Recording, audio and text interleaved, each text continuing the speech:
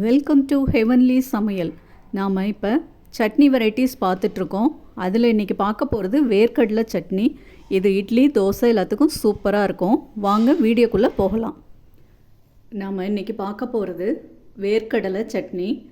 அதுக்கு ஒரு 100லேருந்து 150 கிராம் வேர்க்கடலை எடுத்திருக்கேன். அதுக்கு 3 பச்சை மிளகாய் 2ஆக கட் பண்ணி வச்சுருக்கேன். ஒரு சிறிய துண்டு புளி, ஒரே ஒரு பல் பூண்டு, தேவையான அளவு உப்பு. வேர்க்கடலையை நல்லா வறுத்துக்கலாம். அடுப்பை ஹையில் வச்சுருக்கேன். நல்லா வறுத்துக்கலாம். இந்த சட்னியோட டேஸ்ட்டு நம்ம வேர்க்கடலையை வறுக்கிறதுல தான் இருக்குது. நம்ம இப்போ வறுக்கலாம்.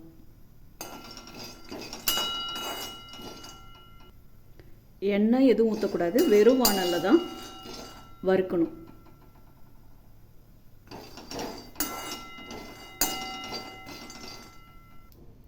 லேசாக கலர் மாதிரி இருக்குது. இன்னும் கொஞ்சம் நேரம் வறுக்கணும். அடுப்பை மீடியமில் வச்சுருக்கேன்.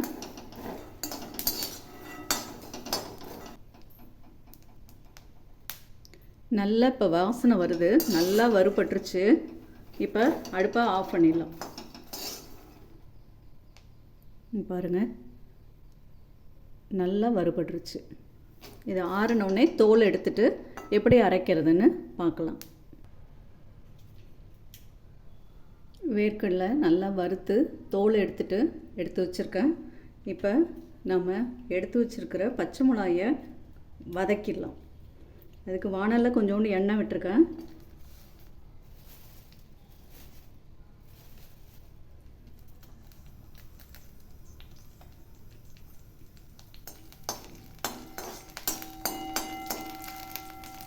இதை லேசாக கலர் மாறுற அளவு வதக்கிடலாம்.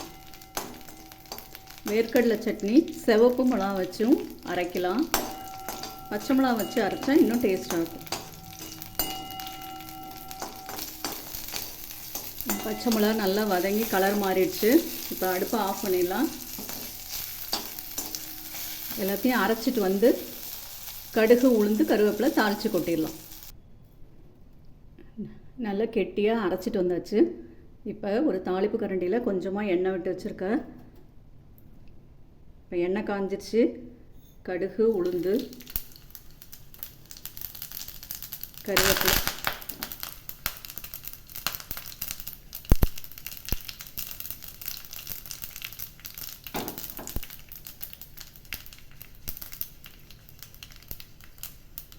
தாளித்து கொட்டிடலாம். அடுப்பு ஆஃப் பண்ணிடலாம்.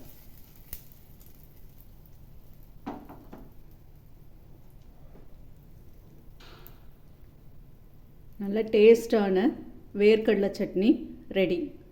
சாப்பிட்டு பாருங்கள். நல்ல டேஸ்டான வேர்க்கடலை சட்னி ரெடி ஆயிடுச்சு. கண்டிப்பாக செஞ்சு பாருங்கள். சாப்பிட்டு பார்த்துட்டு கமெண்ட் பண்ணுங்கள். என் சேனலை சப்ஸ்கிரைப் பண்ணுங்கள். Thank you.